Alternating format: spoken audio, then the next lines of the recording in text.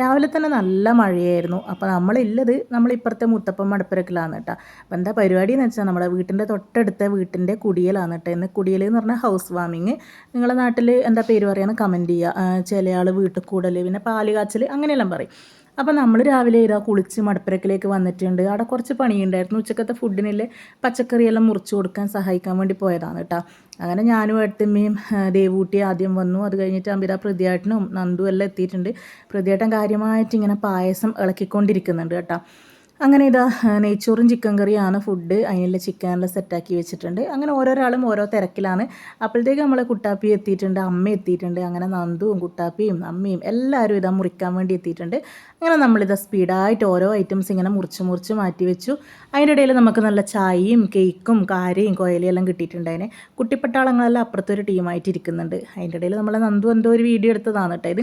അങ്ങനെ എല്ലാം നമ്മൾ മുറിച്ച് അവിടെ സെറ്റാക്കി വെച്ചിട്ട് വീട്ടിലേക്ക് പോകാൻ നോക്കുമ്പോൾ അവർ നമുക്ക് കുറച്ച് പാർട്സ് ആക്കിയത് തന്നു കേട്ടോ.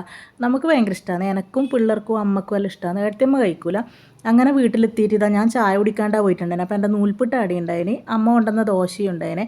അങ്ങനെ നമ്മൾ ദോശയും നൂൽപുട്ടും ആ ചിക്കൻ്റെ പാർട്സും എല്ലാം കൂട്ടിയിട്ട് അതെല്ലാം കഴിച്ചു. നല്ല അടിപൊളിയായിരുന്നു കേട്ടോ. എല്ലാവരും കൂടി ഇങ്ങനെ കൂടിയിരുന്ന് കഴിക്കാൻ നല്ല ടേസ്റ്റ് അല്ലേ. അങ്ങനെ അതെല്ലാം കഴിഞ്ഞ് പിന്നെ ഞാനൊന്ന് കുളിച്ച് പുതിയ ഡ്രസ്സെല്ലാം എടുത്തിട്ടുണ്ട്. അപ്പോൾ ഞാൻ പറയാം, എനിക്ക് ഭയങ്കര ആഗ്രഹമായിരുന്നു ഇതുപോലെ ഇങ്ങനെ ഫ്രണ്ടിൽ നല്ല വർക്കെല്ലാം ഉള്ളൊരു ചുരിദാർ വേണമെന്നുള്ളത്. അപ്പം ബർത്ത്ഡേക്ക് ചേച്ചി എനിക്ക് ഗിഫ്റ്റ് തന്നെ ഡ്രസ്സാണ് കേട്ടോ ഇത്. അങ്ങനെ എല്ലാവരും റെഡിയായി. ഇനി കുടിയലില്ലേ വീട്ടിലേക്ക് പോകാൻ കേട്ടോ. തൊട്ടപ്പുറത്ത് തന്നെയാണ്. ഭയങ്കര മഴയാണ് കേട്ടോ. റോഡ് ഫുള്ള് ചളിയും കാര്യങ്ങളെല്ലാം. അപ്പോൾ ഇതാണ് കേട്ടോ വീട്.